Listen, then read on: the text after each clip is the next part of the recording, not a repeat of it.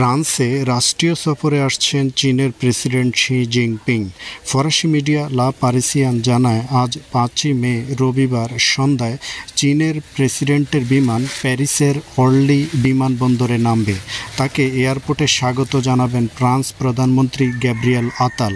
পরে চীনের প্রেসিডেন্ট যাবেন প্যারিসের এলিসি প্রাসাদে। আগামীকাল 6ই মে ফ্রান্স প্রেসিডেন্ট ইমানুয়েল ম্যাক্রন ও চীনের প্রেসিডেন্ট শি জিনপিংয়ের মধ্যে রাষ্ট্রীয় আলোচনা।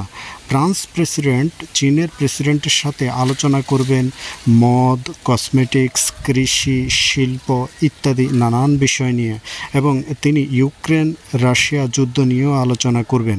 আগামীকাল সোমবার দুপুরে এই দুই নেতা দুপুরের খাবার খাবেন ফ্রান্সের দক্ষিণে পিরেনিস পর্বতের 6,939 ফিট উপরে বিখ্যাত পর্যটন স্থান কোল দু তুমেলেতে।